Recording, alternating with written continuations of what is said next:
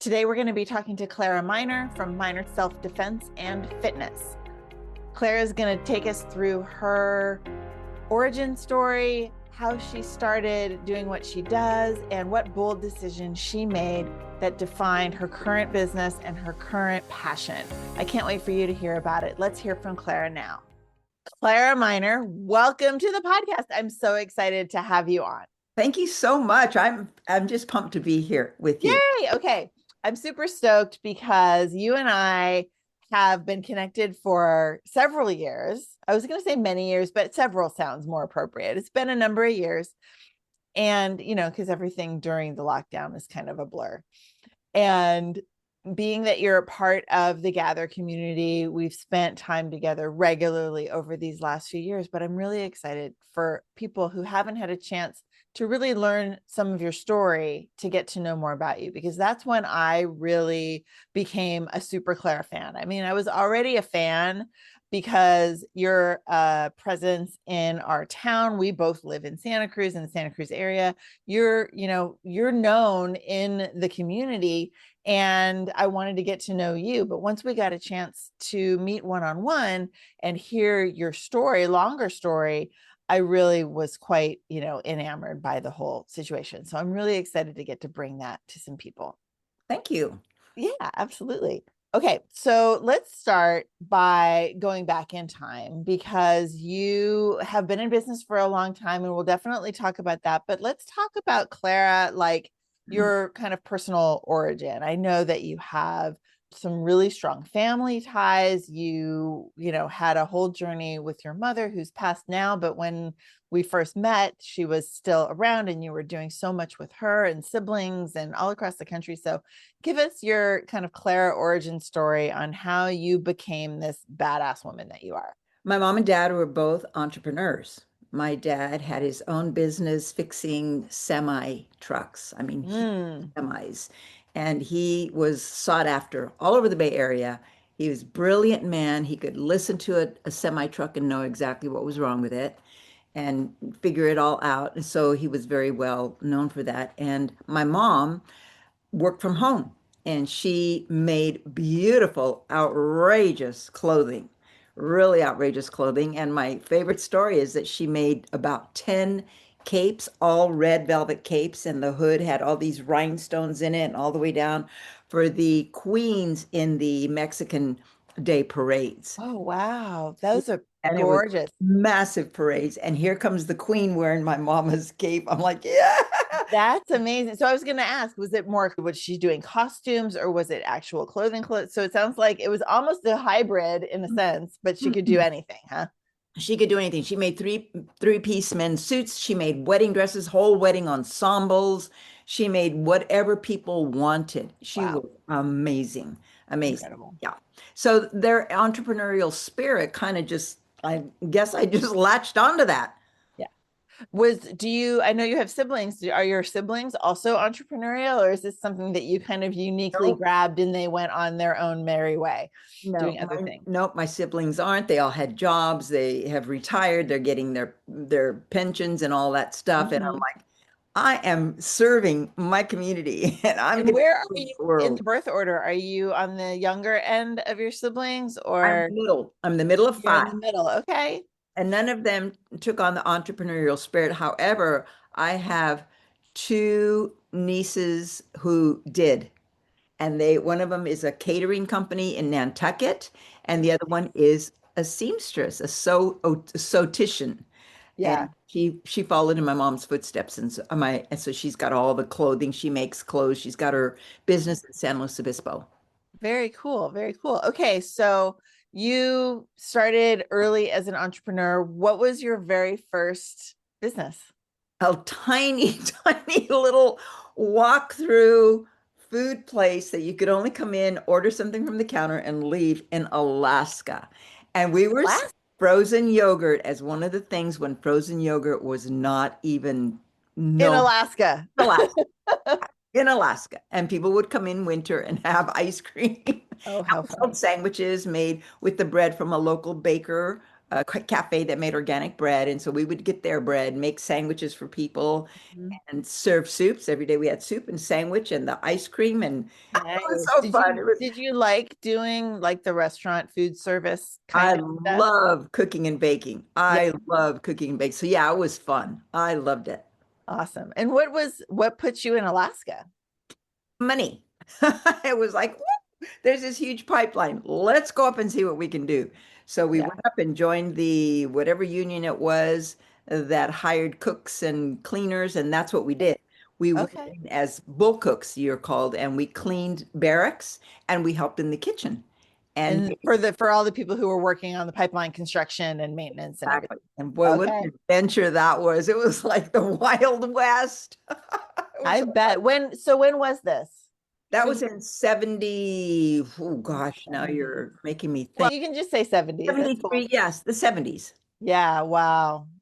Yeah, Wild West. I mean, I can imagine, and we see movies even of, like you say, the Wild West. Obviously, that's, more like, The but it was the Teamsters, same idea, right? yeah, the Teamsters would drive up the Alaska Highway with all this alcohol. And then they would sell it to all these people. Oh my God. And we were cleaning a barracks one time and a whole crap load of people left. And in the garbage can was a 357 Magnum. Like, oh my God. Oh, Oh my God. Yeah. Didn't want to get caught with it on the plane. So he just puts it in the garbage. oh my gosh, that's hilarious. Yeah, leaving town, got to leave this behind. Yeah, exactly. Okay, that's amazing. So started with the little restaurant in Alaska, made a little money, had a big adventure, and then keep going. Tell me the rest of the Came story. back to California after my daughter was born up in Alaska. Came back as my parents, everyone was down here, and I wanted everyone to get to know her. And then Yeah, just ended up staying. And within 6 months, we had already found a studio in Santa Cruz that we wanted to train in the martial arts. And within a 6 month period of time, we that decided, you wanted to personally train for your own practice. yeah. Yeah, So we were there within 6 months. We found it. We were there for 5 years and then purchased it. amazing. So you moved back home, you've got your whole family around you, you're building community, you're raising your child, and decided to go into a new business with your business partner. And this was a long time ago. You told me, I think you've been in business overall 40 years. Yeah, May 29th, which is my mom's birthday. It is. We signed the papers for the business, and it was a Nice. martial arts studio, and ran that for about 25 years. And then 15 years ago, I went on my own and I decided to run the studio on my own and just have been doing it since then.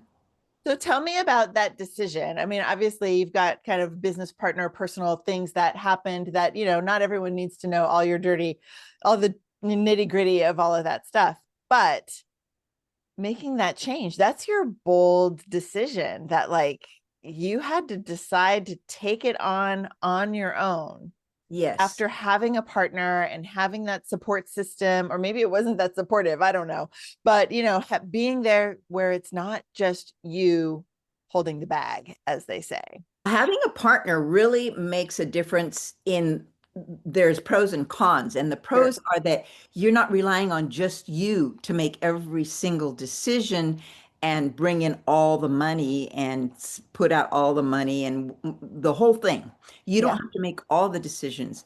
However, I was doing all of the admin and teaching classes. So I was involved in the entire kind of the business. heaviest lifter.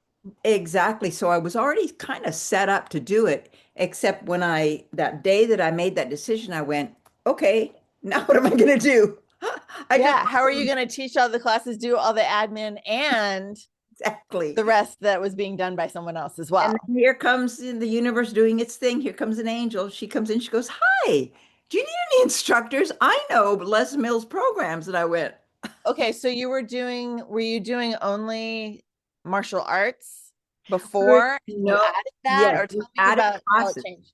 In 1996, added the first kickboxing in the whole county of Santa Cruz, fitness Amazing. kickboxing classes to music. And from there grew, and then it grew into all the other studios, and then the gyms were doing it, and it peaked about 2003, and then it started falling off because A lot. in gyms just didn't have the background that you need and didn't know where to take it, so it kind of died off. But Yeah. it's still in the martial arts studios. It was still fitness Okay. kickboxing. And then we added Pilates and Zumba and body pump. Body pump was the big one. That was the Les Mills program that this girl walked in and said, "Oh, I can do body pump." So that was great because she could cover that part. And then I trained her on how to do our own kickboxing fitness program, our kick aerobics Hmm. classes, and had her there for quite a while filling in until I could hire other people. And it was magical the way that it all came Oh, together. that's so great. So you're there, you're trying to figure out how am I going to make this work? How am I going to do everything that needs to be done? And here she walks in and says, I'm not going to do what you're doing, but I could add more, which gives you just a little bit of space. Right. And then I ended up hiring an admin for the office work and to Awesome. do all the menial tasks and check people in. And so I had an assistant there all the time, and that it worked out. I mean, that was what I needed. Yeah. And I didn't even know how I was going to do that. When I made that decision and it was just like, bam, done, Yep. was okay, now what? Oh, I didn't think about it, so I didn't have time to freak out about it.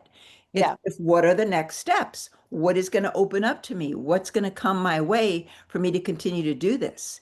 And through all of the ups and downs, the financials, the membership, all of that, I'm still in business, which is my message from the universe that this is what I am meant to do. This is what I'm supposed to be doing with my life.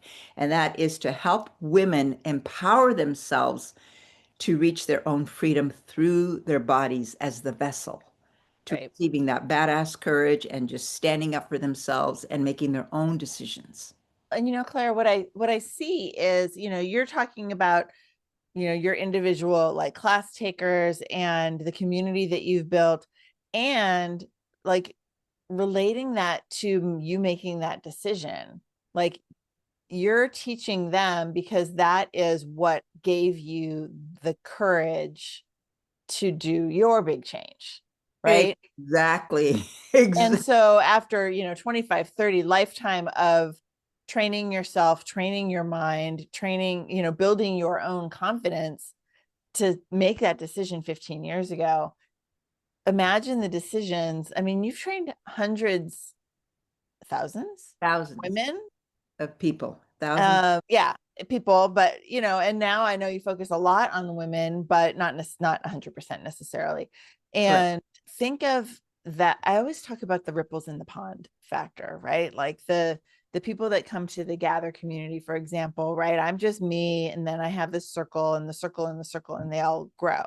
So when you have thousands of people that you've impacted, thousands of ripples, thousands of circles, and then they're overlapping. And I mean, can you even wrap your head around where that reach has gone to that you don't even know about? Not even, It's not even. so amazing. But yet people tell me, oh yeah, everybody talks about you. Oh yeah, we know who you are. Oh yeah, yeah. Oh yeah, yeah, Yeah. yeah. We know Minorsan. We know Clara. We know Clara. And it just amazes me. I'll go into a store and someone will go, "Aren't you?" I go, "Yes, I teach self-defense and fitness." Oh my God, so and so that. Oh my God, this is what I heard. Oh my God. Yes, you're right. It does. It does go out and it just touches people, and in whatever way it does, you never know. You Right. never There's know no how way to it's know. going to touch somebody. I hear from people who I just had somebody sign up yesterday who hasn't been with me for 10 years. Oh, 10 and they years. came back from 10 years ago? Yeah. I have Amazing. people who have come back 5 years later, 2 years later, 8 years later. This one was 10 years. And I was just like blown away. Well, because the impact stays with you regardless of where you are personally at the moment, right? We're not all ready today to do the things we did 5 years ago, 10 years ago, 2 years ago. But it might still be in your head. Mm. It might still be something that you're like, I know someday I really want to do that again. Or Exactly. that was a great time. What if I tried it again? Yes. And Yeah. It's how they make you feel. That's what Yeah. you remember. Yes. Absolutely fits with this because it's they remember that feeling of whatever it was they were getting from it. Yeah. The empowerment is what it really gives. Whatever that joy, whatever that was for them, the community, whatever, that is what they remember.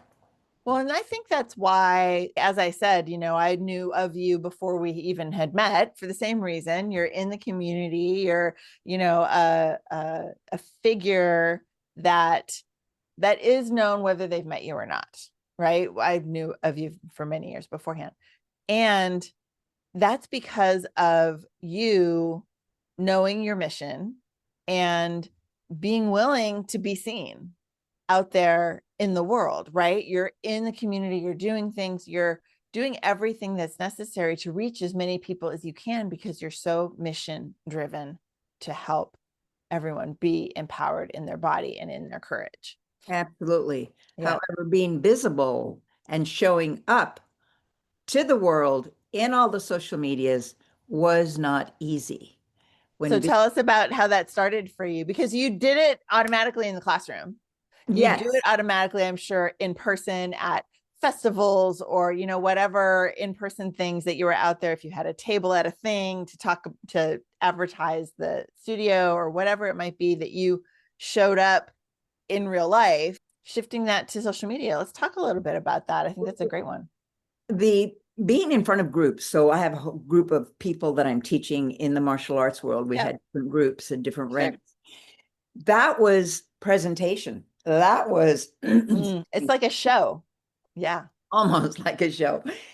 Doing demonstrations, you get up there, you know your stuff.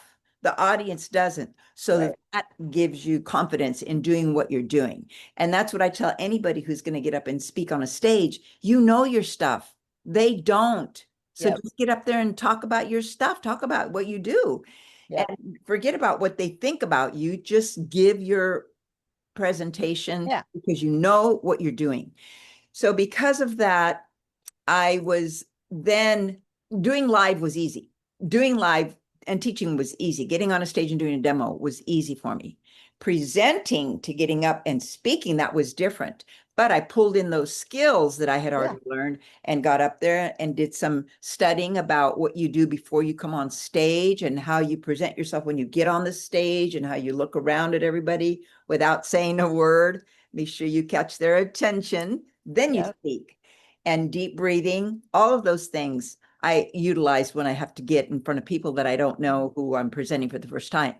Yeah. Going to social media, the first time I had been doing ads, so it was all pictures and different things and different posts. But when Facebook started lives, my first two lives were of me showing the camera away from me, showing a class or talking Sure. about. I went on one of the wharf to wharfs with friends and I looked at the camera briefly and then turned it away. And those are my first two lives Well, yeah, because you're like, I just want to show you what I'm doing, not without, who I, I it am. was like, I don't know how to do this. I don't want people to see me. I'm not sure. Blah, blah, blah. So I Yeah. just showed what I was doing. And Mhm. that was it. And then just through all of the social media growing and growing, and then Instagram switching to reels, and that was what they were pushing. And here comes TikTok and all of the things.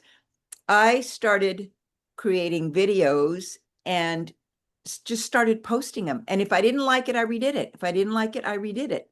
I'm still not doing a lot of lives only because I feel like lives are, I don't know. I'm not yet there to do Have a good live. reason. They, okay, when I see somebody doing a live Mhm.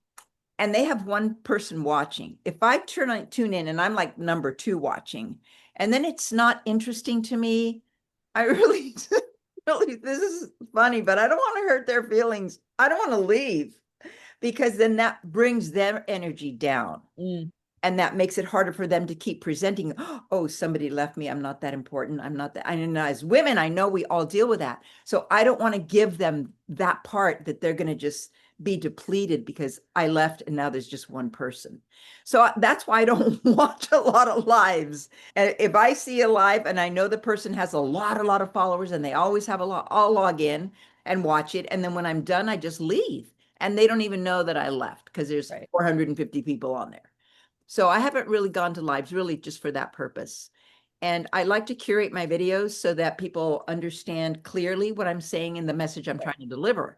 So if I say something and I go, I cut that out or I redo it. I don't like, Yeah, and of course. all those filler words, people just get bored with that. They lose your message. So I work on getting very clear with my message. And every once in a while I still say, but I'm working on it. Yeah. Well, and so what you touched on was two different things. I love that we're talking about this because, this is real life for what you're doing to grow your business. You're doing these videos so that people understand who you are, what you're doing, what your mission is, how they can connect with you, what it is they're going to learn when they do all these, really great marketing and educational items. I just said marketing and educational like points, right? So the curated and tightly edited informational videos, great. But I want to invite you to think about the lives in a different way, because you're right. People might see that you're on, and then if you leave, they might see that you leave. But not everyone thinks, "Oh, I'm not good because they left." Most of us will say, "Oh, okay, well, let's see if anyone else shows up." Right? We have to learn to remove the self-judgment of what we're putting out there. And part of that is allowing yourself to decide what you want to see. If you want to watch someone's live, watch it. If you can only watch the first 5 minutes, at least you've seen them for 5 minutes and they can be like, I'm glad Clara saw 5 minutes, May, even if, may, right? Switch I it. hope they think that. And the other piece of it is that specifically with Facebook Live loves live video and will show it to more people if you put it out there. So as far as like increasing viewership for other stuff, if you do lives, you're going to start to have more followers. So something to think about. And, and it really comes down to, we all get to do whatever it is that makes the most sense for us. The work that you do, and I actually am, what I love about seeing you do your thing is you are, and it's part of your training, right? You're very consistent and deliberate, and you know what you want and you know how you're going to do it. And you're always in action and you have a plan. And it might be a giant plan that's overwhelming, but you know that if you do this piece, then at least that piece is going to be done. Right. Correct. A lot of folks in the coaching world will struggle with taking that one action, knowing that there's 20 other actions that also need to be done because the 20 is overwhelming them and they never do the one. So what I think is inspiring about you is you do that one. You're like, I'm doing this. This is what I'm working on today. One of the things you come to the most with the Gather community is our co-working sessions, because you've always got stuff to do. So today in this hour, I'm going to get this done, and you do it. And I would say that you're one of the most like deliberately focused people that I know. And I think it is from all of your training, from all of your years in business. And it's part of that, having an understanding of martial arts training, not having trained myself, but my kids did, and et cetera. The mental strength that comes along with all of that is why you are that way, right? It's also because of your upbringing, your entrepreneurial spirit and everything, but the practice of being intentional about what it is you're trying to accomplish is something that you do very well, that I think everyone could be inspired from, because I know that I am. What the martial arts does is it gives you a goal. It Oh always yeah. gives you these smaller goals to eventually reach that bigger goal of getting your black belt. Right. Getting your Keeps progressing through all of that. That's what keeps you going. That's what keeps you training. That's what keeps you studying to get to that goal and getting better and better and better. I would train for 3 and 4 hours a day before I got my black belt. It was sometimes overwhelming, just going over and over and over, It was physically, a lot. It's a body lot. do the stuff. Yeah. And that kind of discipline absolutely carries over to, this is what I need to do. How am I going to get it done? Do I need help in getting this done? Mm-hmm. Where am I going to go with this? And really working on just one thing, getting it done, and then going on to the next thing. And for me, that works the best. Just doing little snippets here and there is doesn't work for me Well, to it's do it. also see the big picture and narrow it and narrow it and narrow it, and that's the path. Yeah. Right. And yeah, I it reminds me actually when my kids were in martial arts and it was COVID. And, so continuing to attend class on Zoom was very hard, but they did it. And my oldest one had already achieved some junior black belt levels, but my younger one hadn't yet, was still a brown belt. And I kept saying, look, I know that this is a challenge doing things on Zoom. And eventually they did outdoor classes in the park or whatever, which was great. But I said, do you want to get to black belt? Because if you do, you're going to need to keep going. You need to go to class. You need to keep training. You need to keep practicing. And he said, yes, I do want to do that. I'm like, if that's still what you want to do, if that's still your goal, let's keep moving forward. And it was a big help to have that goal. Or really, that's the only reason why he kept going, was because he did have that goal to achieve that rank. And once that happened, COVID was still kind of going on and things weren't what he'd envisioned it being longer term. So once achieved that goal, that was kind of the end of it. But both of my kids have said that they would be interested in going back at some point in their lives, whether it's, as young people or when they grow up or whatever, because it's all a positive experience. So let's talk about the experience. So you're doing a lot of fitness, but you're still doing martial arts, or tell us what, you do it's a fitness studio mostly, right? It's a self-defense fitness studio. Self-defense. Okay. So talk about specifically what you're doing in your studio that is reaching your clients today. Okay. First of all, COVID is what made me make this change. That was the second thing that brought me. I let go of traditional martial arts training, which means the uniform and the belt and all of that stuff, the testing and all of those things out the door. And COVID on Zoom for the kids class is what made me let go of the kids. It was overwhelming. It was too much. It was, I can't imagine like the 5-year-olds and the 10-year-olds even at that time. I'm teaching 45-minute sessions and I'm like this, okay, come back in the camera. Jody, where are you? Come on. Yep, right. I need to be able to see you. Okay, leave the dog alone. Come back into the training constantly. And when I finished that kids class, I'd be sitting here exhausted at my computer for 5 minutes before I could even get up and do anything. It was so exhausting. So I let go of the kids eventually in 2022 on May the 4th, be with you. May the 4th, I graduated my last child to junior black belt. And that was the end of the children's program.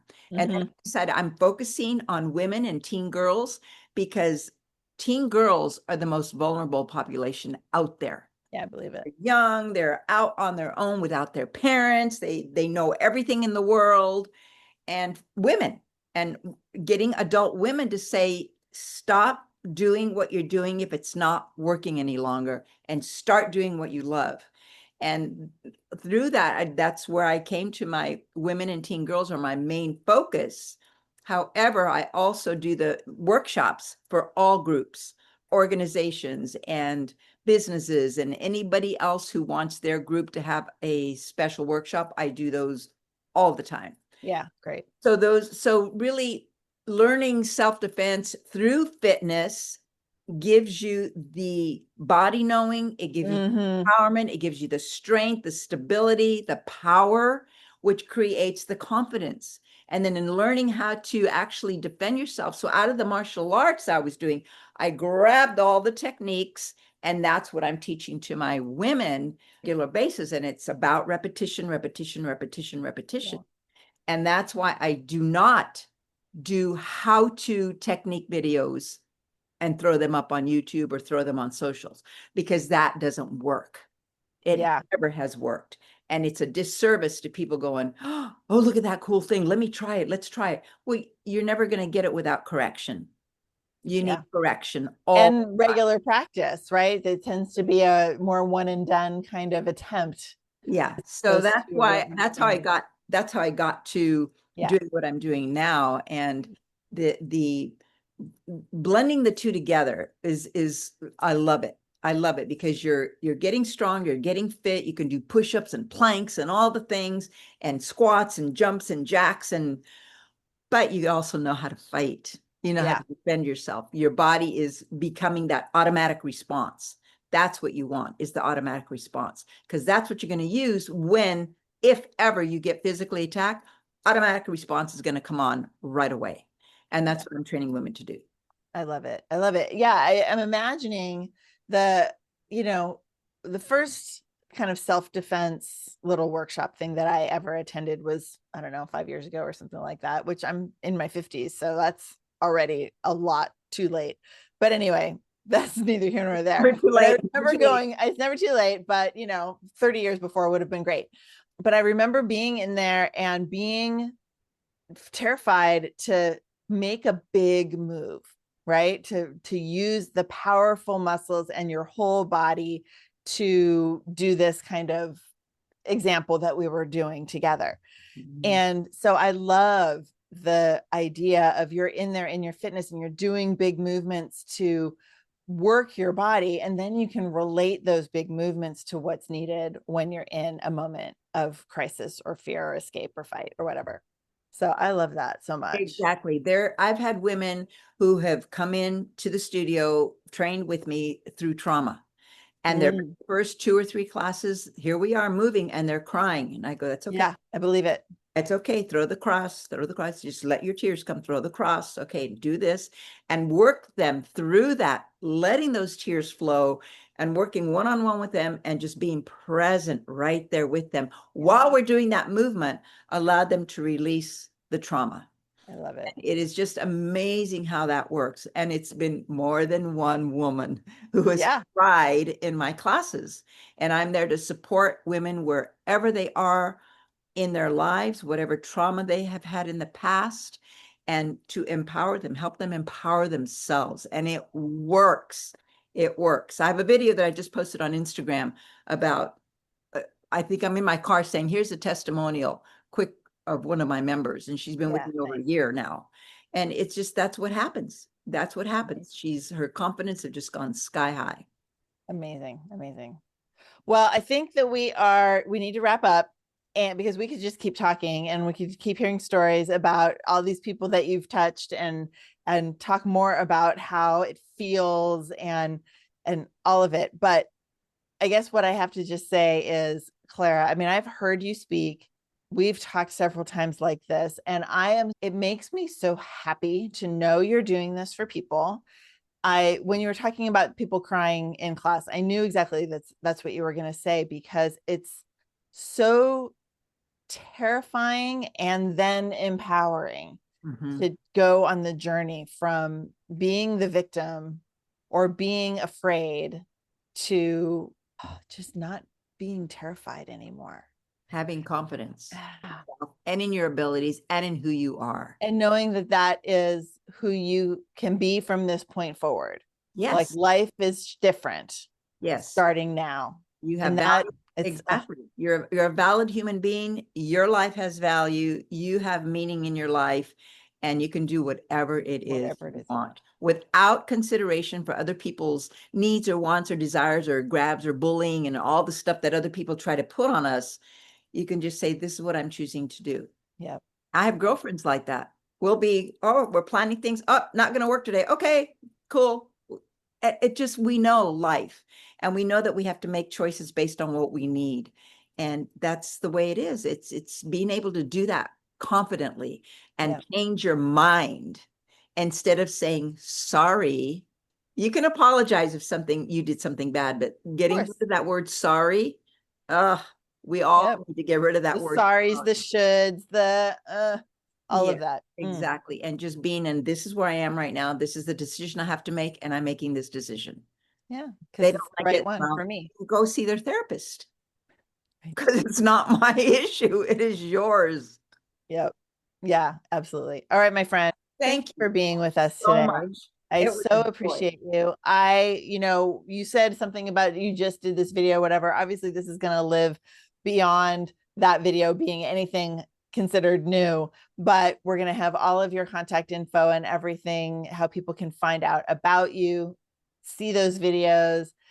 engage with you in the show notes and in our promotion and stuff. And we're going to get this out to all of the women who need to hear that they have the power to be the badass that you see for them, even if they don't see it for themselves yet.